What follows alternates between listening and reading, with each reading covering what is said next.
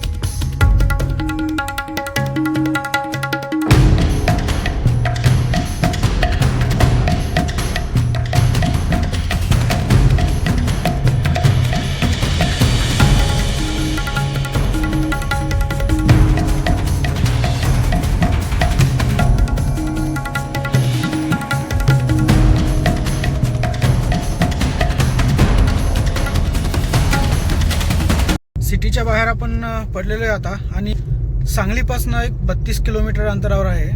आता आपण 22 किलोमीटर पर्यंत आहेत. अर्ध्या तासात एक आपण पोहोचूयाच. तुम्हाला भेटूया गेल्यानंतर.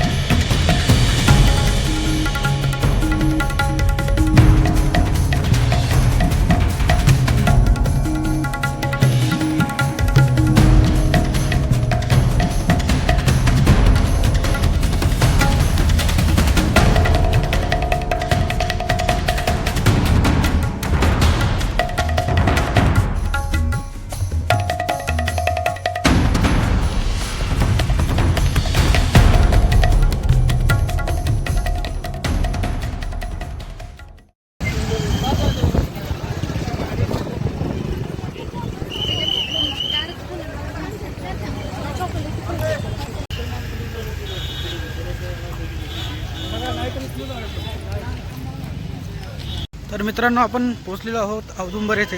आज गुरुपौर्णिमा असल्यामुळे रश खूप आहे आणि माझ्या मागे पाहू शकताय तुम्ही, खूप गर्दी अशी आहे. आणि समोरही आपली गाडी आपण मागे लावलेली आहे कमानीच्या बाहेर. रोडच्या एकदम साईडला पार्किंग आहेत, तिथे लावलेली आहे. आणि आता आपण पायी निघालो आहे. समोर एक 10-15 मीटरचं अंतर आहे. तुम्हाला समोर गेल्यावर भेटूया.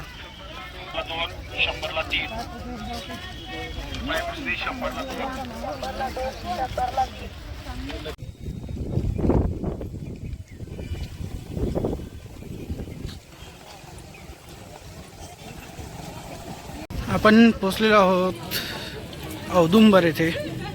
मंदिर एक इथून 500 मीटरवर असेल. गर्दी पाहू शकताय तुम्ही. औदुंबर हे दत्तात्रेयांच्या मंदिरासाठी प्रसिद्ध आहे, जे अत्यंत श्रद्धेने मानले जाते.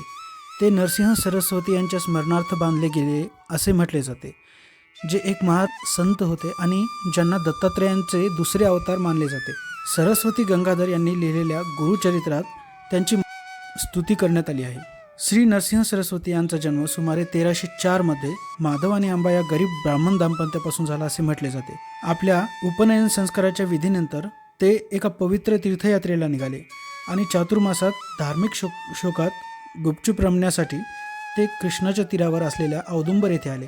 यावेळी असे घडले की एका ब्राह्मण मुलाने, जो मंदबुद्धी होता आणि लोकांकडून या संदर्भात केलेल्या वक्तव्यांमुळे लज्जित झाला होता, तो कृष्णाच्या विरुद्ध तीरावर असलेल्या भुवनेश्वरी मंदिरात गेला आणि 3 दिवस आणि रात्री काहीही अन्न न घेता प्रार्थना केली. परंतु देवीने त्याच्या कठोर तपश्चर्येला प्रतिसाद न दिल्यामुळे त्यांनी आपली जीभ कापून देवीच्या पायावर ठेवली. देवीला त्यांची दया आली आणि त्यांना दर्शन देऊन औदुंबरला जाऊन नरसिंहाची प्रार्थना करण्याचा सल्ला दिला. आज्ञा स्वीकारणारा नरसिंह सरस्वतींकडे गेला आणि त्यांच्या पाया पडून ऋषींचे आशीर्वाद घेतले. त्यांच्या तपश्चर्येची ओळख पडल्यानंतर हजारो लोक त्यांच्या दर्शनासाठी तिथे येऊ लागले. चातुर्मासाच्या शेवटी जेव्हा ऋषी निघण्याची तयारी करत होते, तेव्हा लोकांनी त्यांना राहण्याची विनंती केली. त्यांनी फक्त औदुंबराच्या झाडाखाली त्यांच्या पादुका सोडल्या.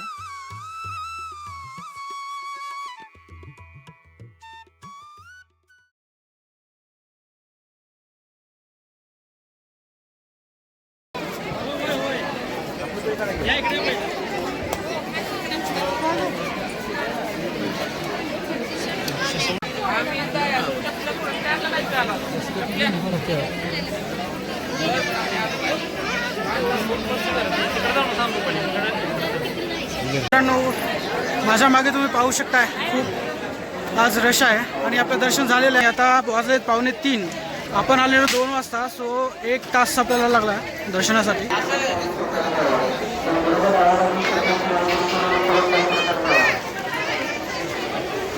तर दर्शन झालेलं आहे. तुम्हाला भेटू पुढे, आपण गाडीमध्ये भेटूया.